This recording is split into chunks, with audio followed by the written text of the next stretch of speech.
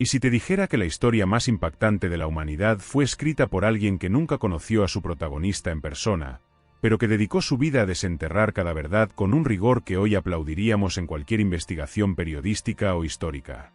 Para la vasta mayoría, cuando escuchan la palabra evangelios, inmediatamente evocan una imagen mental de los 4 libros que relatan la vida y obra de Jesús: Mateo, Marcos, Lucas y Juan. Sin embargo, en esta secuencia casi litúrgica de nombres, uno de ellos tiende a desdibujarse, a quedar relegado a un segundo plano, casi como un eco distante en el coro de voces bíblicas. Me refiero, por supuesto, a Lucas. Sí, el mismo Lucas, cuyo evangelio no solo es una de las narrativas más exhaustivas y detalladas de la vida de Cristo, sino que, asombrosamente, es también el autor de otro libro bíblico más. Piensa en ello por un momento. ¿Cuánto sabes realmente sobre este hombre? ¿Lo visualizas simplemente como una figura sombría, sentada en algún rincón empolvado, transcribiendo pasivamente los relatos de otros? La realidad, permíteme decirte, es infinitamente más fascinante, más compleja y, sin duda, mucho más impactante de lo que podrías imaginar.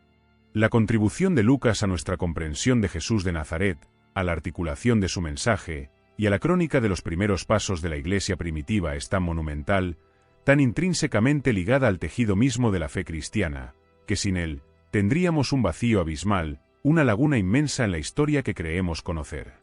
De hecho, su enfoque para la recopilación de información era tan singular, tan obsesivamente metódico, que bien podríamos considerarlo no solo el primer historiador del cristianismo, sino también una especie de protoperiodista, un investigador forense de los hechos, utilizando métodos que hoy serían la envidia de cualquier academia o sala de redacción seria. Su evangelio no es, de ninguna manera, un mero recuento lineal y simplista de sermones celestiales y milagros asombrosos, aunque ciertamente contiene ambos en abundancia. No. Es una obra maestra de investigación meticulosa, un testamento viviente a la dedicación férrea y a la búsqueda incansable de la verdad, cueste lo que cueste. Lucas, con su pluma y su intelecto, nos presenta a Jesús no solo como el Mesías profetizado y el Hijo de Dios, sino también como el Salvador compasivo y universal, el que tiende una mano al marginado social, el que consuela al quebrantado de corazón, el que se preocupa, con una empatía palpable, por los olvidados y los despreciados de la sociedad. Y su narrativa no se detiene allí, en el sepulcro vacío. Su segundo volumen, un compañero inseparable del primero, es nada menos que el monumental libro de los Hechos de los Apóstoles.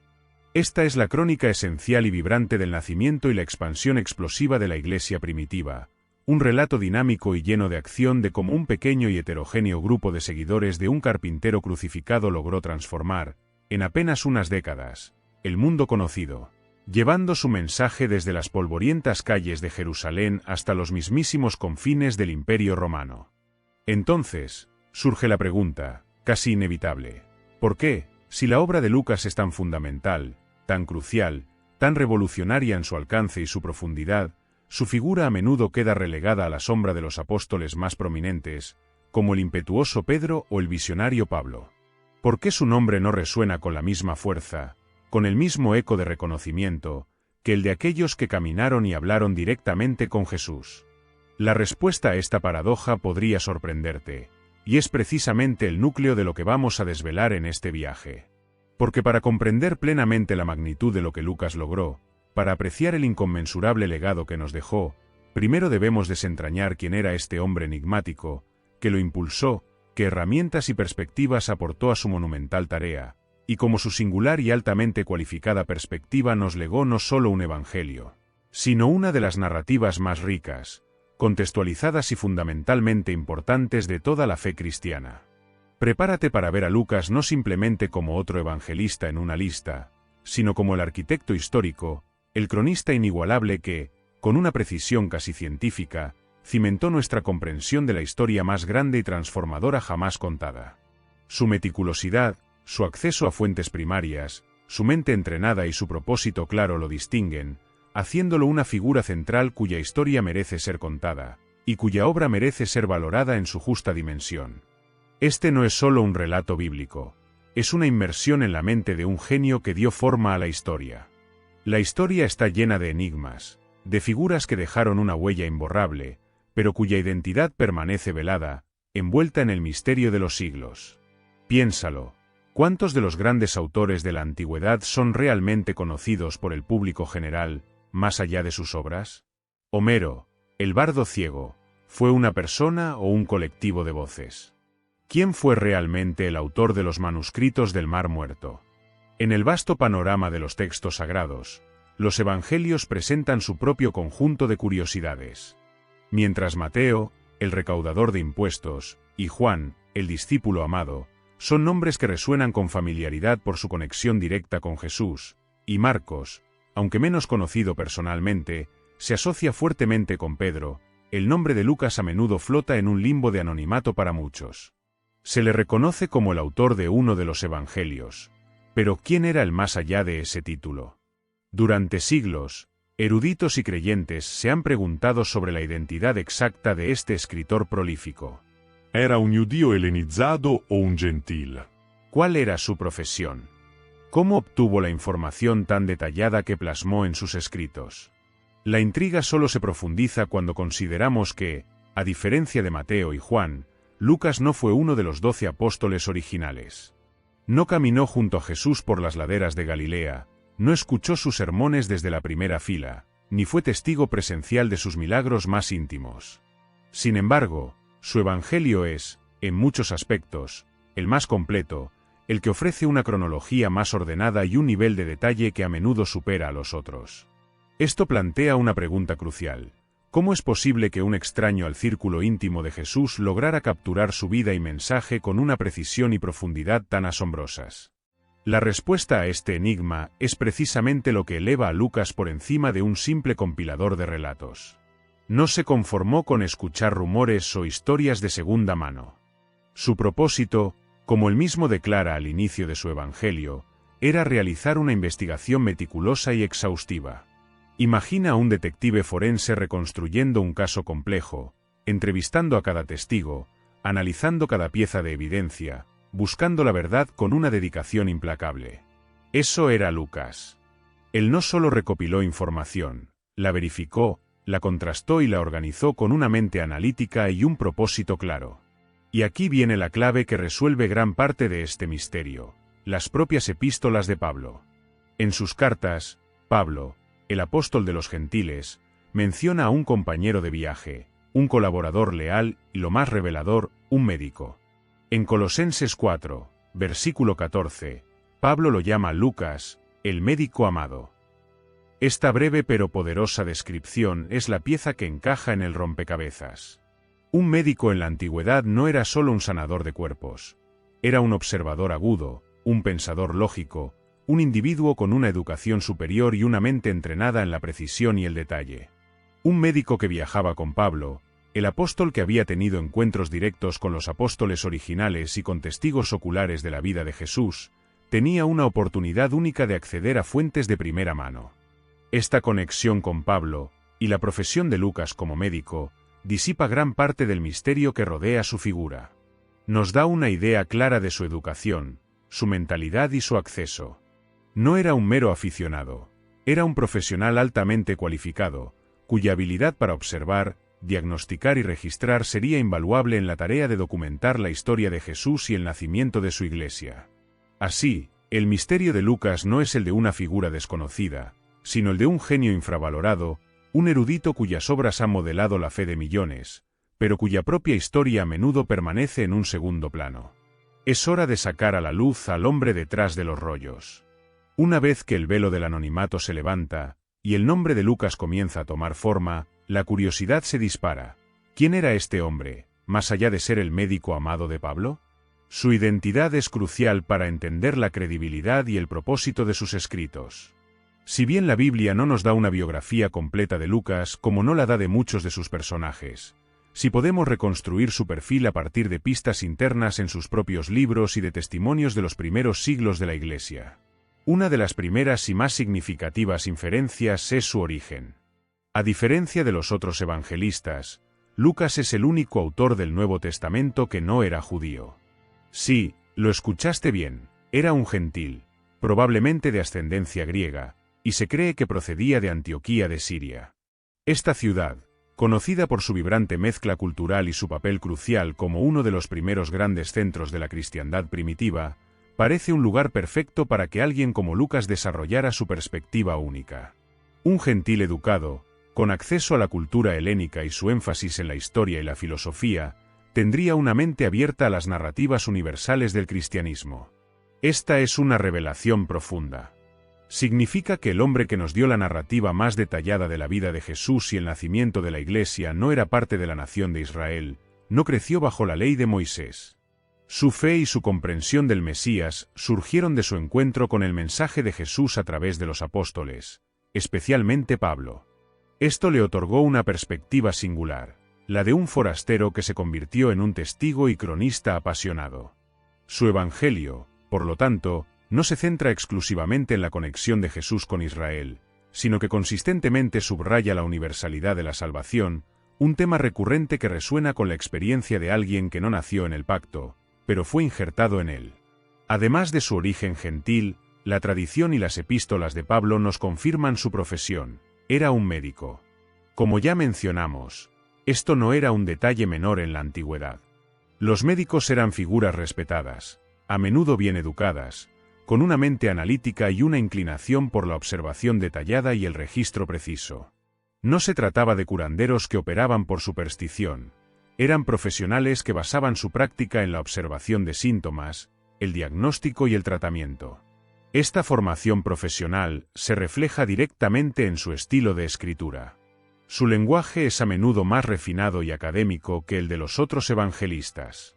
Utiliza términos médicos específicos, describe enfermedades y sanaciones con un detalle clínico que solo un profesional de la salud podría aportar. Por ejemplo, en el relato de la hemorroísa, Lucas, a diferencia de Marcos, omite la frase de que ninguno le había aprovechado, antes le había ido peor, quizás por su respeto hacia la profesión médica. Este tipo de sutilezas revelan la mano de un experto. La combinación de su origen gentil y su profesión médica nos pinta un retrato de un hombre con una mente abierta y una perspectiva universal, pero también con una metodología rigurosa y un profundo respeto por los hechos. No era un simple narrador de cuentos, era un investigador, un observador, un analista. Se preocupaba por la precisión, por el orden cronológico y por la presentación lógica de la información. Este es el hombre que se propuso escribir la historia de Jesús y de la Iglesia, no como un ejercicio piadoso sin más, sino como un informe detallado y verificable para una audiencia más amplia. Su credibilidad como historiador moderno ya comenzaba a forjarse en los primeros siglos. Lucas no era solo un creyente, era un erudito, un hombre con una vocación intelectual que puso al servicio de la verdad. Fue este perfil único el que lo capacitó de manera excepcional para la tarea monumental de redactar dos de los libros más importantes del Nuevo Testamento. No era uno de los 12, pero fue un compañero inseparable del apóstol más influyente en la difusión del Evangelio a los gentiles. Este acceso y su formación es lo que lo convertirá en el historiador de la fe. La medicina, en la antigüedad, no era simplemente un oficio, era una disciplina que requería una mente excepcional. No existían las sofisticadas herramientas diagnósticas de hoy, ni los laboratorios llenos de tecnología. Un médico dependía casi exclusivamente de su capacidad de observación, su lógica deductiva y su habilidad para recopilar y analizar información de manera precisa. Y es precisamente aquí donde la profesión de Lucas se convierte en una clave fundamental para entender la calidad y la credibilidad de sus escritos. Imagina a un médico de la época de Lucas. Cuando un paciente llegaba con una enfermedad misteriosa, el médico no tenía un escáner de resonancia magnética ni análisis de sangre. Tenía que escuchar atentamente cada síntoma, observar las expresiones faciales, el color de la piel, la forma de respirar. Tenía que hacer preguntas incisivas, descartar posibilidades, y luego, con base en toda la información disponible, llegar a un diagnóstico y un plan de tratamiento. Este proceso exigía una mente metódica, un ojo para el detalle y una memoria prodigiosa. Estas mismas habilidades que Lucas perfeccionó en su práctica médica son las que se reflejan con brillantez en su Evangelio y en los Hechos de los Apóstoles. No es una coincidencia que su narrativa sea a menudo la más ordenada cronológicamente y la más rica en detalles contextuales. Su mente entrenada en la precisión no se conformaba con más o menos, buscaba la exactitud. Cuando describe eventos, no se limita a lo superficial. A menudo proporciona información adicional que otros evangelistas omiten, porque su formación lo impulsaba a buscar el panorama completo, a entender las causas y los efectos. Pensemos en cómo un médico abordaría una historia clínica. No solo registra los síntomas actuales, sino el historial del paciente, los posibles factores desencadenantes, la progresión de la enfermedad. Lucas aplica una lógica similar a la historia que está narrando. No solo nos dice lo que pasó, sino que a menudo nos da el porqué o el cómo detrás de los eventos. Se preocupa por la secuencia de los hechos, por el contexto social y político, y por las reacciones de las personas involucradas. Esto no es el trabajo de un narrador casual, es el trabajo de un historiador con una mentalidad científica, alguien que busca la verdad empírica. Además, su perspectiva médica se asoma en su profunda compasión por los enfermos y los marginados. Los evangelios están llenos de milagros de sanación, pero Lucas, como médico, parece tener una conexión especial con el sufrimiento humano. Sus relatos de curaciones son a menudo más detallados y ponen un énfasis particular en la liberación del dolor y la restauración de la salud. Pensemos en la mujer encorvada, el leproso o el hombre hidrópico. Lucas no solo narra la sanación, sino la condición de la persona y el impacto de la curación en su vida. Esta empatía es el corazón de su profesión y late con fuerza a lo largo de sus escritos. En resumen, la profesión médica de Lucas no fue un simple dato biográfico, fue la lente a través de la cual vio y registró la historia. Le proporcionó las herramientas intelectuales y la sensibilidad humana necesarias para producir una obra que no solo es un relato de fe, sino también un documento histórico de valor incalculable. Su mente aguda y entrenada en la precisión lo convirtió en el cronista ideal de la vida de Jesús y del nacimiento de la Iglesia, una figura que, sin haber estado presente en los momentos clave, supo reconstruirlos con una veracidad asombrosa. Si tuviéramos que darle a Lucas un título moderno, no sería solo el de médico, sino también el de investigador incansable. Su evangelio no comienza con una historia de nacimiento o un llamado a los discípulos, sino con una declaración de intenciones que revela su metodología y su propósito. En Lucas 1, versículos 1 al 4, él escribe: «Puesto que ya muchos han tratado de poner en orden la historia de las cosas que entre nosotros han sido ciertamente creídas, tal como nos las transmitieron los que desde el principio las vieron con sus propios ojos y fueron ministros de la palabra, me ha parecido también a mí, después de haber investigado con diligencia todo desde el principio, escribírtelas en orden, excelentísimo Teófilo, para que conozcas bien la verdad de las cosas en las cuales has sido instruido». Esta no es la declaración de un aficionado. Es la promesa de un historiador serio. Analicemos lo que nos dice. Primero, Lucas reconoce que muchos ya han intentado compilar relatos. Esto nos indica que había un interés generalizado en documentar la vida de Jesús, pero implícitamente, también sugiere que las compilaciones existentes podrían no haber sido lo suficientemente completas o precisas para su estándar. Este es el primer indicio de su rigor. No se conformaba con lo que ya estaba disponible si sentía que podía mejorarlo. Segundo, menciona que su información proviene de los que desde el principio las vieron con sus propios ojos y fueron ministros de la palabra. Esto es crucial. Lucas no está inventando nada. Está yendo directamente a las fuentes primarias, los testigos oculares. Esto incluye a los apóstoles que estuvieron con Jesús desde el principio de su ministerio, a María, la madre de Jesús, a otras mujeres que lo siguieron, e incluso a aquellos que fueron sanados o presenciaron sus milagros de primera mano. Imagina el trabajo que implicaría esto: viajar, entrevistar, escuchar atentamente, y luego discernir entre lo que era un testimonio fiable y lo que no. Esto requería paciencia, discernimiento y una habilidad excepcional para la interacción humana. Tercero, y quizás lo más revelador, Lucas afirma haber investigado con diligencia todo desde el principio.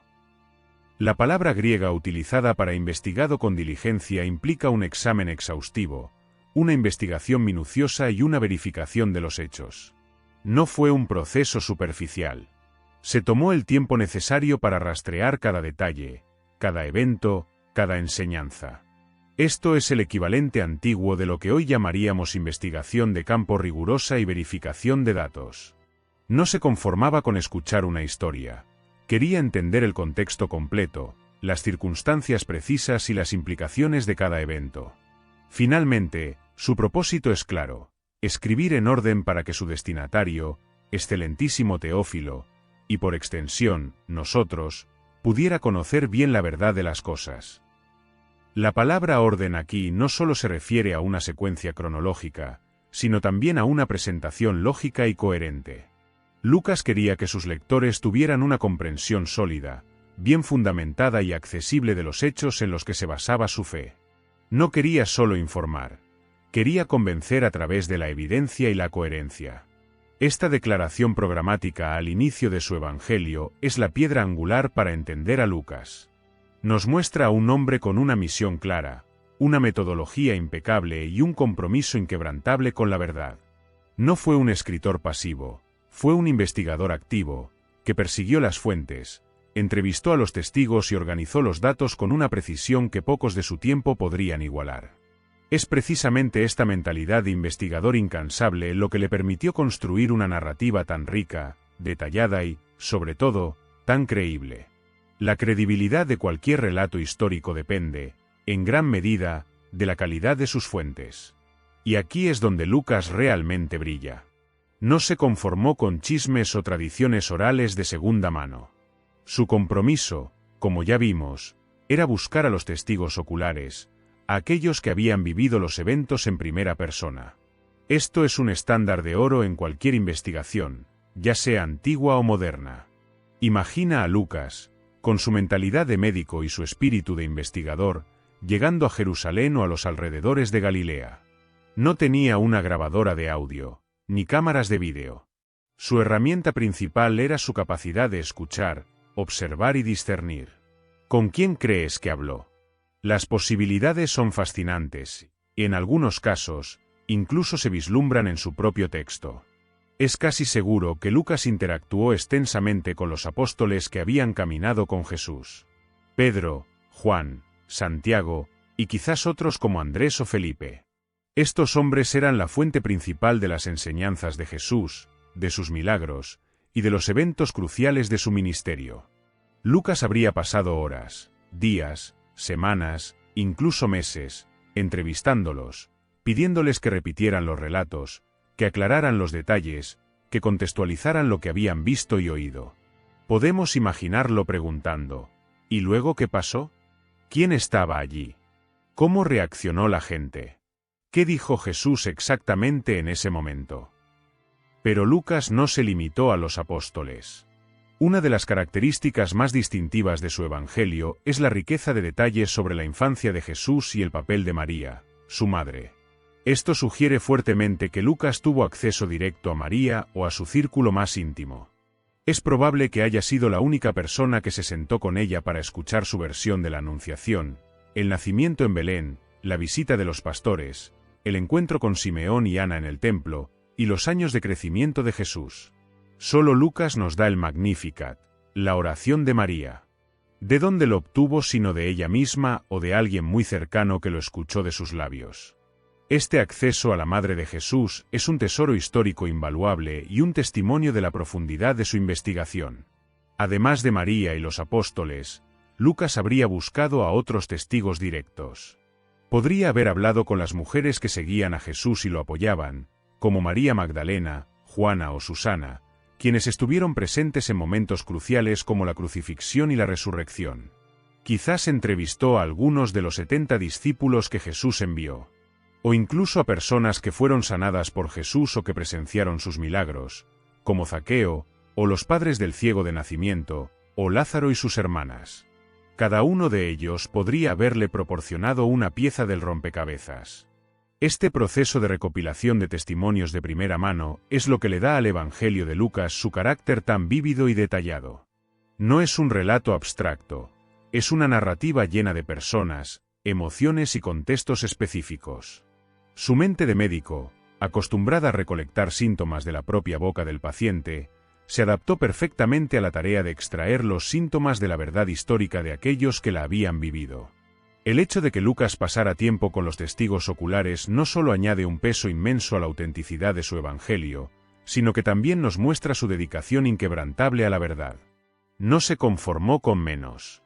Buscó, preguntó, y escuchó hasta que sintió que tenía una imagen completa y precisa. Es este compromiso con las fuentes primarias lo que cimenta la autoridad de Lucas como historiador y evangelista. Si hay una figura que moldeó profundamente la vida y la obra de Lucas, esa es, sin duda, el apóstol Pablo. No se trataba de una relación casual, de encuentros esporádicos en caminos polvorientos o ciudades bulliciosas. La conexión entre Lucas y Pablo fue una asociación profunda y duradera, una verdadera colaboración que no solo impactó sus vidas personales, sino que también tuvo un efecto incalculable en la expansión del cristianismo y, crucialmente, en los escritos de Lucas. La Biblia nos da pistas claras de esta relación. En varias de sus cartas, Pablo menciona a Lucas. Ya hablamos de Colosenses 4, versículo 14, donde lo nombra como Lucas, el médico amado. Pero hay más.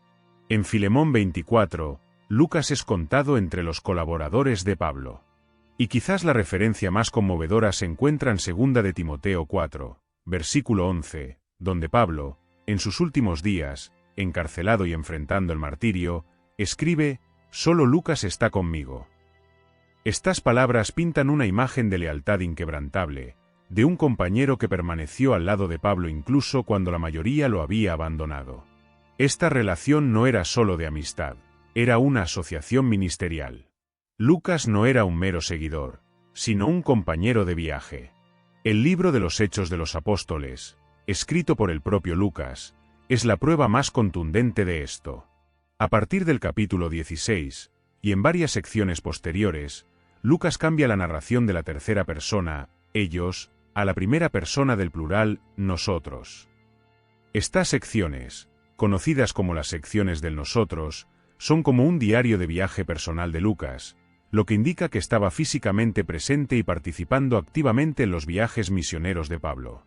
Esto significa que fue testigo presencial de eventos monumentales: la predicación en Filipos, la visita a Tesalónica y Berea, el discurso en el Areópago de Atenas, los disturbios en Efeso, la larga estancia de Pablo en Corinto, y el viaje final a Jerusalén y Roma. Imagina lo que esto significaba para Lucas como historiador. No solo estaba oyendo relatos, sino que estaba viviendo la historia en tiempo real. Estaba presenciando la valentía de Pablo, sus sufrimientos, sus enseñanzas. Fue testigo de cómo el Evangelio se abría paso en un mundo hostil, cómo se fundaban iglesias, cómo se enfrentaban desafíos y cómo el poder del Espíritu Santo se manifestaba a través de milagros y conversiones. Este acceso privilegiado a la experiencia de Pablo y al desarrollo de la iglesia naciente es lo que le dio a Lucas una perspectiva única y una riqueza de detalles que ningún otro escritor podía igualar. Pablo, a su vez, habría valorado enormemente la presencia de Lucas. No solo por sus habilidades médicas, que seguramente fueron cruciales dada la cantidad de veces que Pablo fue golpeado, encarcelado y naufragado, sino también por su intelecto, su capacidad de observación y su compromiso con la verdad. Lucas no era un discípulo pasivo, era un colaborador activo, alguien con quien Pablo podía discutir teología, estrategia y las experiencias diarias del ministerio. Era su confidente y su cronista de confianza. El legado de Pablo, por lo tanto, está intrínsecamente ligado a la pluma de Lucas. Fue Lucas quien, a través de los Hechos, nos dio el relato más completo de la vida y el ministerio de Pablo, desde su dramática conversión en el camino a Damasco hasta su encarcelamiento en Roma. Sin Lucas, nuestra comprensión de la figura de Pablo sería fragmentada y mucho menos vívida. Es a través de Lucas que vemos a Pablo no solo como un teólogo brillante, sino como un misionero incansable, un estratega audaz y un hombre de una fe inquebrantable. Esta relación simbiótica entre el apóstol y el médico historiador es un testimonio de cómo Dios utiliza diferentes dones y personalidades para un propósito común. Lucas no era apóstol en el sentido tradicional, pero su fidelidad a Pablo y su don para la escritura lo convirtieron en un instrumento esencial para preservar y comunicar el mensaje de Jesús al mundo. La relación entre Lucas y Pablo no era una correspondencia de cartas ocasionales o encuentros casuales en alguna ciudad concurrida. Era una convivencia prolongada y un viaje compartido a través de innumerables desafíos y triunfos. Las secciones del nosotros en el libro de los Hechos no son un mero artificio literario. Son el registro personal de Lucas como compañero de viaje constante de Pablo, una especie de diario de a bordo que nos permite vislumbrar la dinámica de su amistad y su colaboración. La primera vez que Lucas se une a Pablo en su viaje misionero es en Troas, en el viaje de Pablo a Macedonia. De repente, la narración en Hechos 16, versículo 10, cambia de ellos a nosotros. Después de la visión, enseguida procuramos partir para Macedonia, dando por cierto que Dios nos llamaba para anunciarles el Evangelio. Esto marca el inicio de una de las asociaciones más importantes en la historia del cristianismo. A partir de ese momento, Lucas es más que un simple observador, es un participante activo. Imagina las escenas, juntos en el barco cruzando el mar Egeo, enfrentando tormentas y la monotonía del viaje. Juntos en Filipos, donde Pablo y Silas fueron azotados y encarcelados, y donde Lucas, como médico, pudo haber brindado cuidados. Juntos en Tesalónica y Berea, discutiendo las escrituras en las sinagogas. Lucas estaba allí, no solo tomando notas, sino viviendo las experiencias, compartiendo las alegrías y las penurias. Este acceso directo a los eventos, a las conversaciones y a las emociones de Pablo y sus compañeros, es lo que le dio a Lucas la materia prima para sus descripciones vívidas y auténticas. Lo que Lucas presenció y documentó en estos viajes es invaluable. No solo vio a Pablo predicar con poder, sino que también observó cómo interactuaba con diferentes culturas, cómo debatía con filósofos en Atenas, cómo lidiaba con la oposición y la persecución en diversas ciudades. Estuvo presente en momentos de gran éxito, como la conversión del carcelero de Filipos, y en momentos de profunda angustia, como los tumultos en Efeso.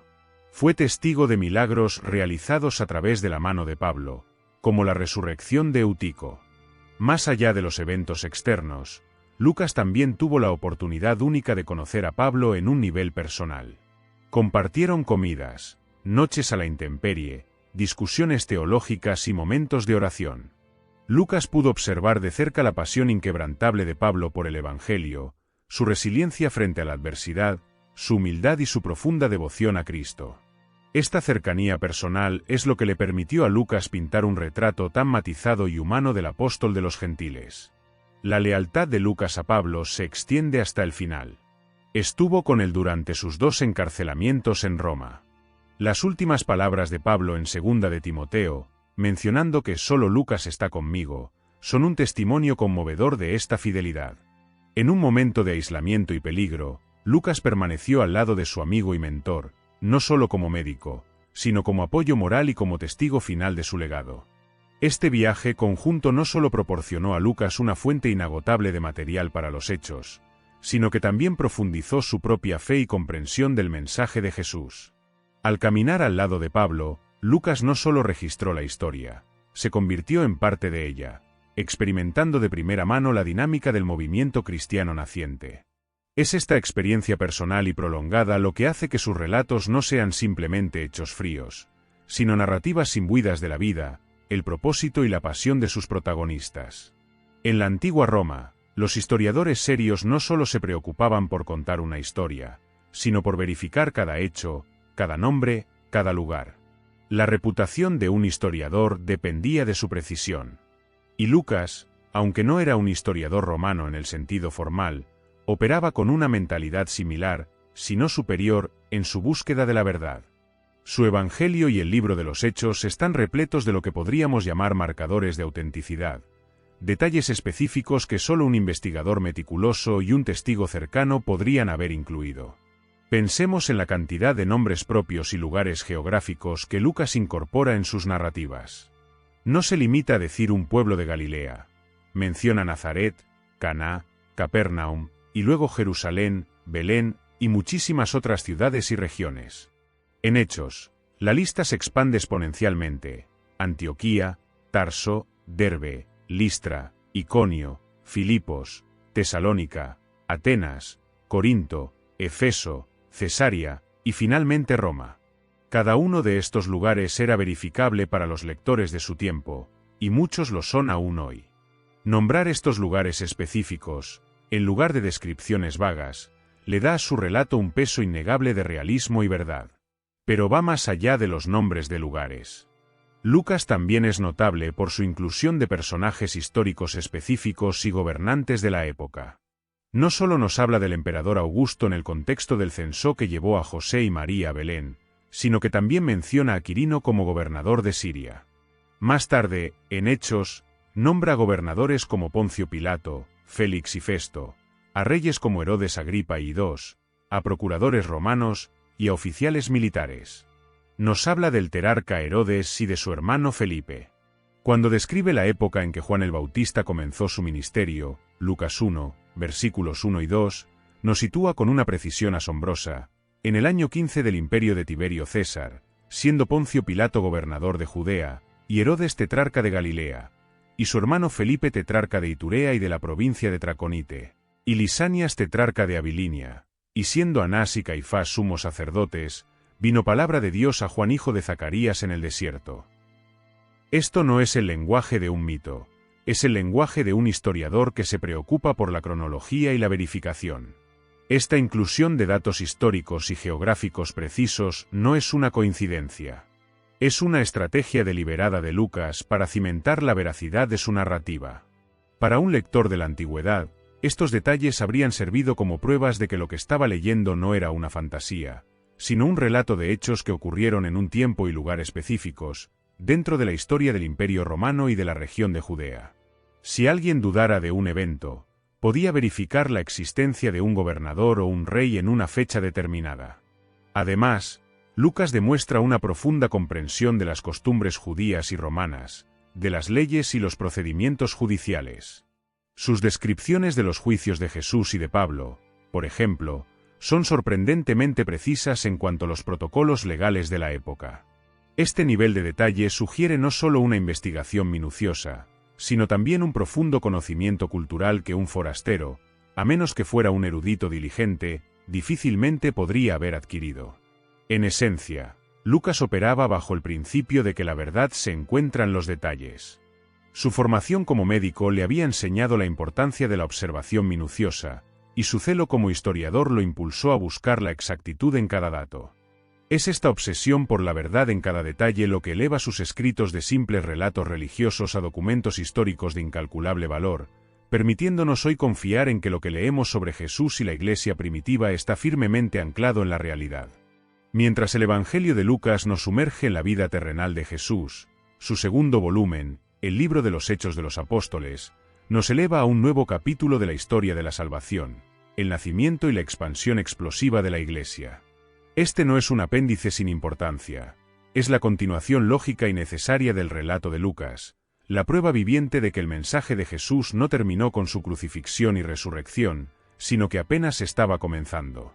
Imagina el escenario. Jesús ha ascendido a los cielos, y un pequeño grupo de sus seguidores, apenas 120 personas, se encuentran en Jerusalén. Están llenos de preguntas, de incertidumbre, pero también de una promesa: el Espíritu Santo vendría sobre ellos. Y es Lucas quien nos narra este evento transformador con un detalle gráfico y vibrante. Pentecostés, el día en que el Espíritu Santo descendió con poder, es descrito por Lucas con una precisión asombrosa. Un sonido como de un viento recio, lenguas repartidas como de fuego, y el asombro de la multitud al escuchar el mensaje de Dios en sus propios idiomas. Este no es un evento secundario, es el momento fundacional de la Iglesia, el punto de partida de una fuerza que cambiaría el mundo.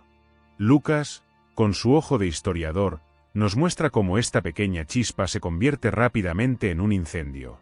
Nos narra la predicación audaz de Pedro y los apóstoles, las miles de conversiones en un solo día, los primeros bautismos, y la formación de una comunidad que compartía todo en común, dedicada a la enseñanza de los apóstoles, a la comunión, al partimiento del pan y a la oración. Lucas no solo relata los hechos, nos introduce en la dinámica interna de esta comunidad naciente, su devoción, sus desafíos, sus milagros y su sorprendente unidad. Pero la Iglesia no se quedó confinada en Jerusalén. Lucas, de manera brillante, traza su expansión geográfica, mostrando cómo el mensaje de Jesús se desborda de las fronteras judías para alcanzar al mundo gentil. Él documenta los primeros mártires como Esteban, cuya muerte, irónicamente, sirve para dispersar a los creyentes y llevar el Evangelio a nuevos territorios. Nos relata la conversión del eunuco etíope, el primer gentil prominente en aceptar el Evangelio, un hito que presagiaba la universalidad del mensaje de Jesús. Y por supuesto, Lucas dedica una parte significativa de los hechos a la figura de Pablo, el hombre que transformaría el cristianismo de un movimiento judío a una fe global. Es Lucas quien nos ofrece la narrativa más completa de la conversión de Saulo de Tarso en el camino a Damasco, un evento tan dramático que Lucas lo relata 3 veces, enfatizando su importancia cardinal. Luego, nos lleva de la mano a través de los 3 grandes viajes misioneros de Pablo, describiendo sus aventuras, sus discursos, sus persecuciones y sus triunfos. El libro de los Hechos no es solo una crónica, es una teología en acción. Lucas nos muestra cómo el plan de Dios, iniciado en el Evangelio a través de Jesús, se cumple y se extiende a través de la Iglesia impulsada por el Espíritu Santo. Es una narrativa de crecimiento exponencial, de milagros continuos, de oposición implacable y de una fe inquebrantable que, a pesar de todo, sigue adelante. Es el relato de cómo los humildes pescadores y un médico gentil se convierten en los arquitectos de un movimiento que transformaría el mundo para siempre. Gracias a Lucas, no solo entendemos el quién y el qué del nacimiento de la Iglesia, sino también el cómo y el por qué. Nos proporciona una ventana inigualable a los desafíos y triunfos de los primeros creyentes, sentando las bases para comprender la misión y la naturaleza de la Iglesia a lo largo de la historia. Para un médico como Lucas, acostumbrado a observar los límites del cuerpo humano y las realidades de la enfermedad, los milagros de sanación no eran meras anécdotas, eran eventos que desafiaban la lógica y la experiencia clínica. Y es precisamente esta perspectiva única lo que hace que sus descripciones de las curaciones realizadas por Jesús y los apóstoles sean tan convincentes y detalladas. Lucas no solo las registra, las contextualiza, les da un peso que un médico comprendería. Considera el relato de la mujer con flujo de sangre que encontramos en Lucas 8, versículos 43 al 48. Mientras otros evangelistas mencionan su dolencia, Lucas añade un detalle crucial, la cual había gastado en médicos todo cuanto tenía, y por ninguno había podido ser curada. Esta frase no es casual. Es la observación de un médico que entiende la desesperación de un paciente que ha agotado todos los recursos y la esperanza, y que ha sufrido no solo físicamente, sino también financieramente, por una condición intratable. Cuando Jesús la sana instantáneamente, la implicación para Lucas es profunda. Aquí hay un poder que va más allá de cualquier medicina conocida. Otro ejemplo es la sanación del hombre con hidropesía en Lucas 14, versículos 1 al 6. La hidropesía, o edema severo, era una condición médica compleja y visible. Lucas, como médico, nombra la enfermedad específicamente. No solo dice que estaba enfermo, sino que especifica la patología. Su ojo clínico se enfoca en el detalle de la condición, realzando así la magnitud del milagro de Jesús. La sanación en el día de reposo también sirve para ilustrar la compasión de Jesús por encima de la ley. Lucas también presta atención a los detalles de la lepra. Aunque la lepra en los tiempos bíblicos podía abarcar varias enfermedades cutáneas, Lucas describe a un hombre lleno de lepra en Lucas 5, versículos 12 al 16. Su lenguaje sugiere una comprensión de la gravedad y el aislamiento social que esta enfermedad implicaba. La sanación de 10 leprosos en Lucas 17, versículos 11 al 19, es otro ejemplo de cómo Lucas no solo relata el milagro, sino que destaca la fe y la gratitud o la falta de ella de los sanados. Y no olvidemos las expulsiones de demonios y las curaciones de aflicciones mentales. Si bien para la mentalidad moderna podríamos intentar buscar explicaciones médicas, Lucas las presenta como enfrentamientos directos con fuerzas espirituales malignas, pero siempre con un ojo puesto en el efecto físico y emocional en el individuo. La liberación de una mujer que había estado encorvada durante 18 años en Lucas 13, versículos 10 al 17, no solo es un milagro, sino una restauración de la dignidad y la capacidad de enderezarse, una observación que un médico apreciaría especialmente. En el libro de los Hechos, Lucas continúa documentando milagros, esta vez a través de las manos de los apóstoles. La sanación del cojo de nacimiento en Hechos 3, versículos 1 al 10, es un relato vívido de restauración física y su impacto público. Lucas describe la cojera desde el vientre de su madre, enfatizando la naturaleza de la incapacidad. Las curaciones masivas a través de la sombra de Pedro o los pañuelos de Pablo son presentadas como pruebas innegables del poder divino que operaba a través de la Iglesia naciente. Para Lucas, estos milagros no eran simples actos de magia, eran señales inequívocas del poder de Dios obrando en el mundo. Como médico, entendía las limitaciones de la ciencia humana. Cuando veía a un ciego recobrar la vista o a un paralítico caminar, reconocía que estaba presenciando algo que trascendía su propia comprensión médica. Su detallada documentación de estas sanaciones no solo proporciona evidencia del poder de Jesús, sino que también sirve como un testimonio de la fe de un hombre de ciencia que se encontró con lo inexplicable y decidió registrarlo con la mayor precisión posible. Si el médico en Lucas apreciaba la precisión de los hechos y la realidad de los milagros, el cronista en él también valoraba la profundidad de las enseñanzas de Jesús. Y pocas formas de enseñanza son tan memorables y penetrantes como las parábolas. Estas historias sencillas, tomadas de la vida cotidiana, pero cargadas de significado espiritual, eran la herramienta pedagógica favorita de Jesús, y Lucas, más que cualquier otro evangelista, las recopila y las presenta con una particular sensibilidad. Lucas no solo nos da las parábolas, a menudo nos da el contexto en el que fueron contadas, el público al que iban dirigidas, y la reacción que provocaron. Esto es crucial, porque el contexto de una parábola es tan importante como la parábola misma para comprender su mensaje. Su evangelio contiene algunas de las parábolas más famosas y queridas de Jesús, muchas de las cuales son exclusivas de su relato, lo que subraya la riqueza de sus fuentes y la diligencia de su investigación. Pensemos en la parábola del buen samaritano, que se encuentra en Lucas 10, versículos 25 al 37. Esta historia es un pilar del cristianismo, una definición atemporal de lo que significa amar al prójimo. Lucas la registra en respuesta a la pregunta de un experto en la ley sobre ¿quién es mi prójimo?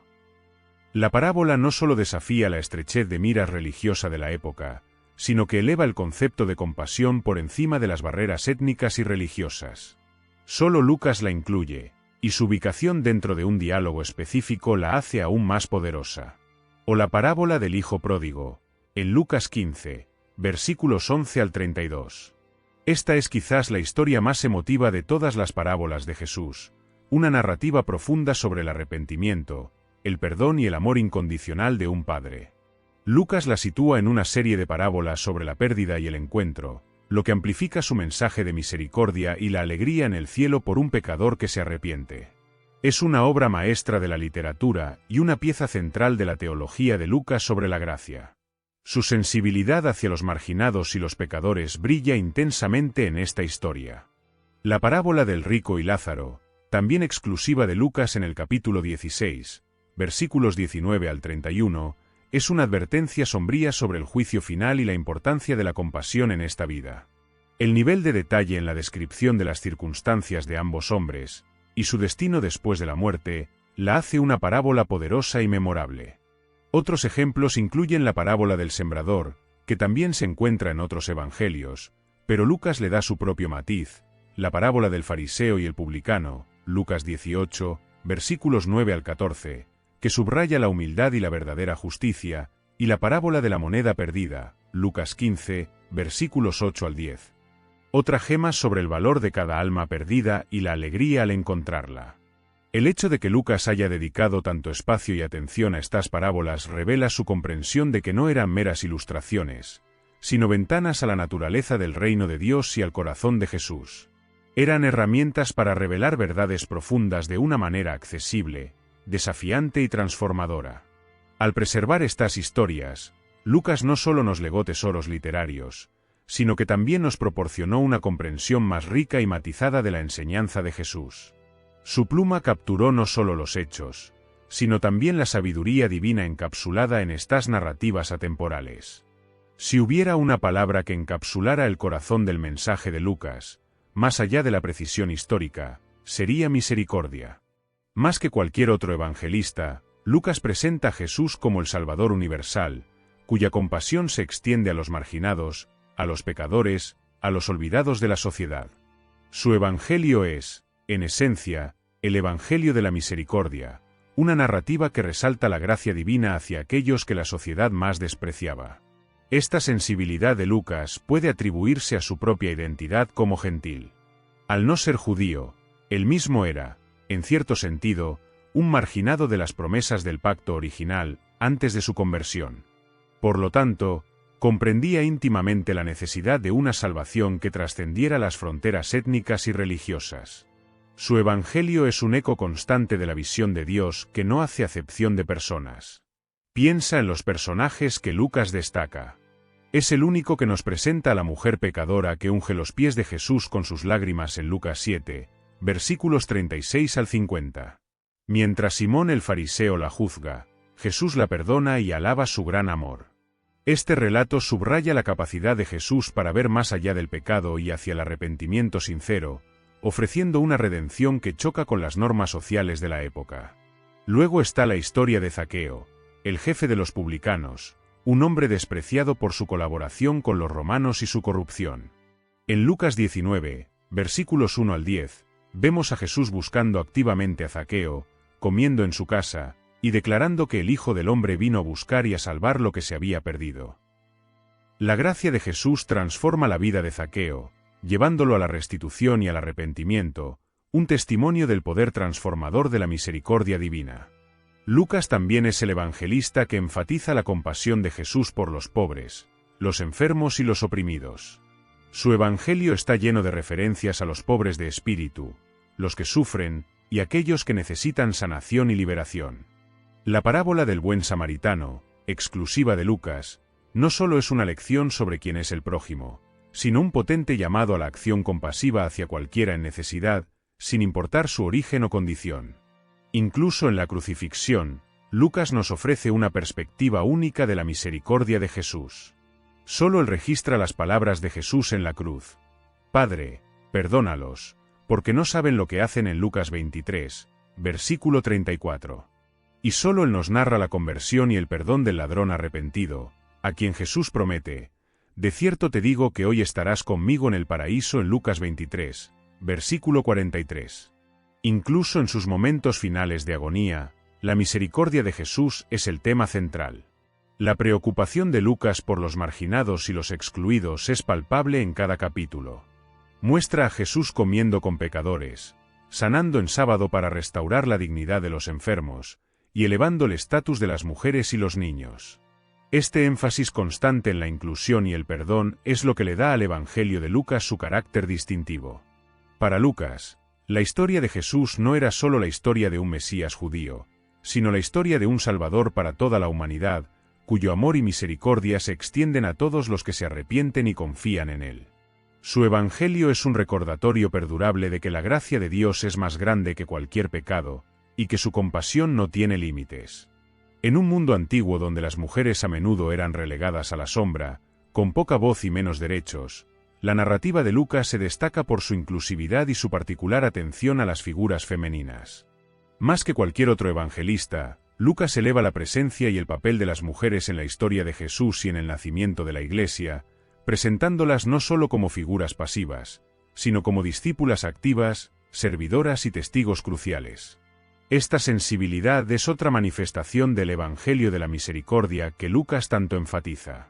Desde el mismo inicio de su Evangelio, Lucas nos introduce en historias de mujeres con un detalle y una prominencia que no encontramos en otros lugares.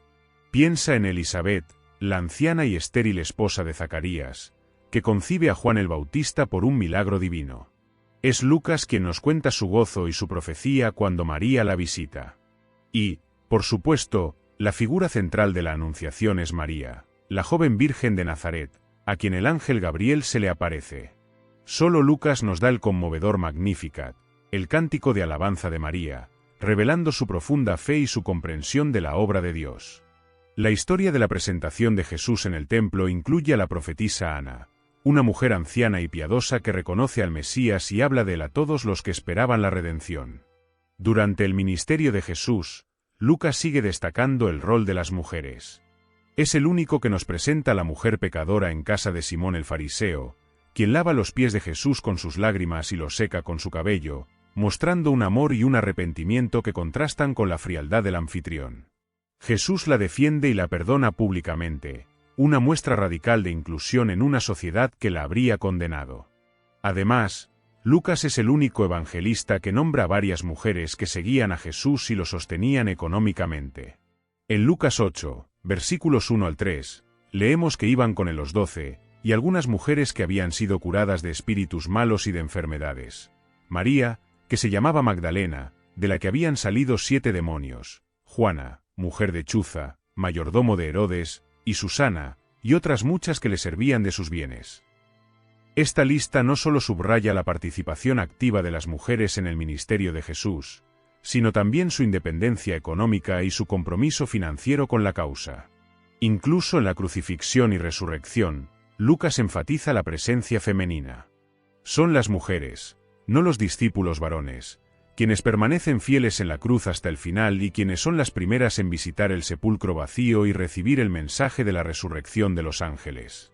Lucas 24, versículo 10, nombra a María Magdalena y Juana y María madre de Jacobo, y las demás con ellas, como las mensajeras de esta noticia transformadora, aunque los discípulos, al principio, desestimaron sus palabras como locura. En el libro de los Hechos, la prominencia de las mujeres continúa. En Pentecostés, las mujeres están presentes junto con los apóstoles recibiendo el Espíritu Santo. Vemos a Lidia, una vendedora de púrpura, que se convierte en la primera convertida en Europa y anfitriona de la primera iglesia en Filipos. También encontramos a Priscila, una colaboradora crucial de Pablo en la enseñanza y el ministerio, y a las hijas de Felipe el Evangelista, que profetizaban. La atención de Lucas a estas figuras femeninas no es un accidente. Refleja la propia actitud revolucionaria de Jesús hacia las mujeres en un contexto cultural donde a menudo eran minimizadas. Para Lucas, que enfatiza la universalidad del Evangelio y la misericordia de Dios, era natural mostrar que la salvación y el discipulado eran para todos, sin importar género o estatus social. Apóstoles, en la comunión unos con otros, en el partimiento del pan y en las oraciones. Hechos 2, versículo 42. Esta no es una descripción idealizada, es un retrato de una comunidad vibrante y funcional. Lucas destaca su unidad, su generosidad y su devoción. Nos dice que todos los que habían creído estaban juntos, y tenían en común todas las cosas, y vendían sus propiedades y sus bienes, y lo repartían a todos según la necesidad de cada uno.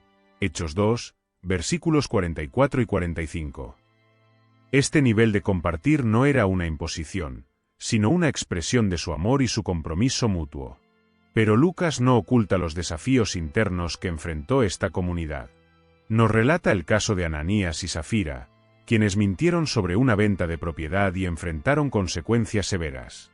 Esta historia, aunque impactante, demuestra la seriedad con la que se tomaba la verdad y la integridad dentro de la comunidad cristiana.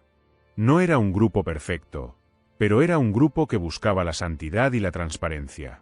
También vemos el surgimiento de las primeras estructuras de liderazgo. A medida que la comunidad crecía, surgieron necesidades prácticas. Lucas nos cuenta la institución de los 7 diáconos para servir a las viudas, liberando a los apóstoles para que se dedicaran a la oración y al ministerio de la palabra. Esto no solo fue una solución administrativa, fue un paso crucial en la organización de la Iglesia, permitiendo que el mensaje se difundiera de manera más efectiva. Lucas también registra la valentía de los primeros apóstoles frente a la persecución. Pedro y Juan, confrontados por el Sanedrín, declaran audazmente que es necesario obedecer a Dios antes que a los hombres. La persecución, lejos de detener el movimiento, a menudo lo impulsaba hacia adelante, dispersando a los creyentes y llevando el Evangelio a nuevas regiones. En esencia, Lucas, a través del libro de los Hechos, nos presenta un modelo de la Iglesia primitiva, una comunidad impulsada por el Espíritu Santo, caracterizada por la unidad, la generosidad, la predicación audaz y la resiliencia frente a la adversidad. No es solo una historia de los orígenes, es una fuente de inspiración y un recordatorio constante de la vitalidad y el propósito de aquellos que primero siguieron el camino de Jesús. Su crónica es invaluable para entender cómo el pequeño brote de la resurrección se convirtió en el árbol frondoso que es la Iglesia de hoy.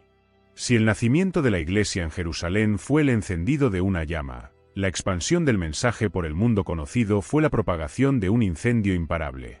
Lucas, en el libro de los Hechos, no solo narra el origen de la Iglesia, traza su crecimiento geográfico y demográfico con la maestría de un cartógrafo, mostrando cómo una fe que comenzó en un rincón del Imperio Romano se extendió hasta sus centros neurálgicos.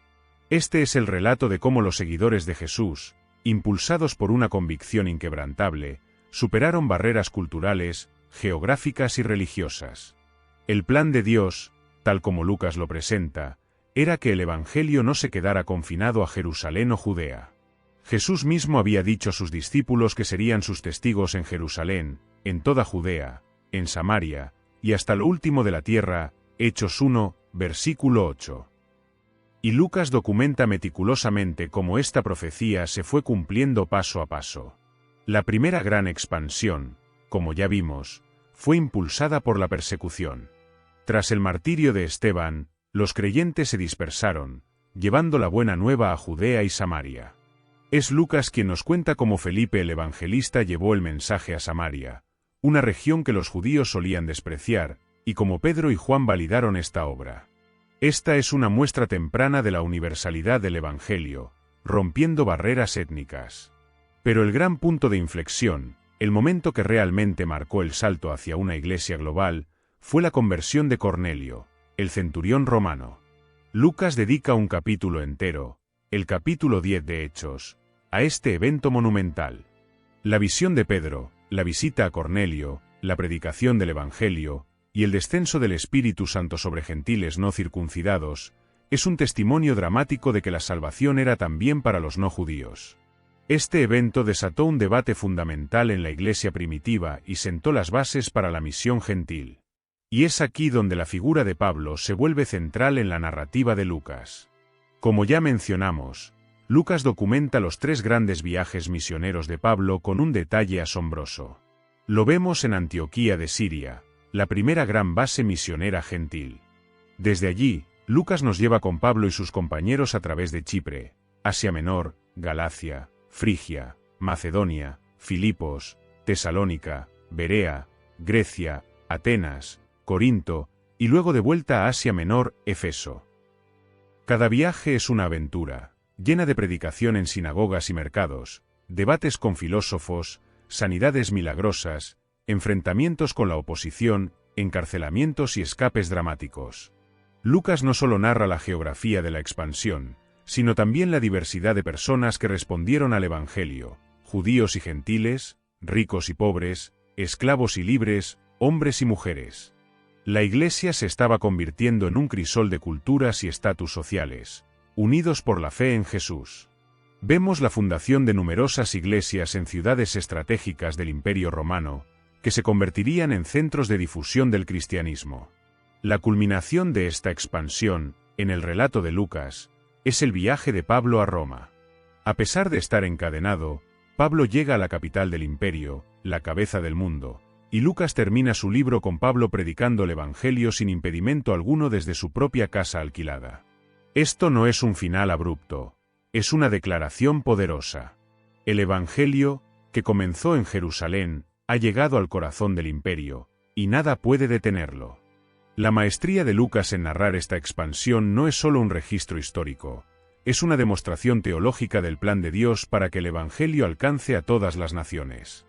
Su cuidadosa documentación de personas, lugares y eventos nos permite comprender no solo cómo el mensaje se extendió, sino también los desafíos y el poder sobrenatural que impulsaron este movimiento transformador, sentando las bases para la Iglesia global que conocemos hoy. Hemos explorado la identidad de Lucas, su mente de médico y su rol como compañero de Pablo. Hemos visto su meticulosidad al recopilar testimonios y al documentar la expansión de la Iglesia. Pero más allá de ser un historiador diligente, Lucas tenía un propósito claro y profundo al escribir sus 2 volúmenes. No se trataba solo de registrar hechos, se trataba de establecer la certeza de la fe cristiana y de presentar la historia de la salvación de una manera accesible y universal.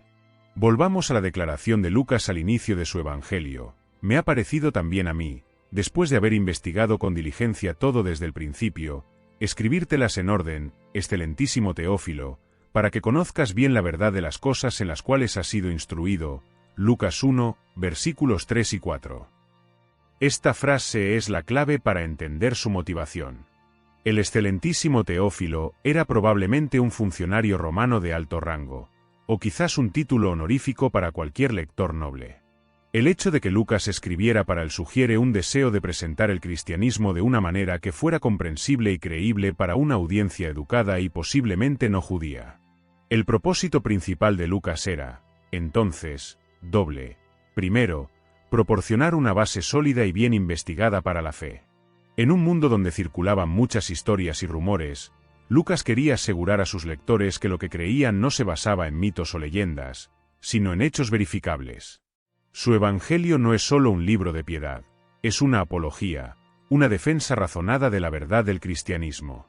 Al presentar una cronología ordenada, detalles geográficos e históricos precisos, y al citar a testigos oculares, Lucas buscaba construir una narración que resistiera el escrutinio.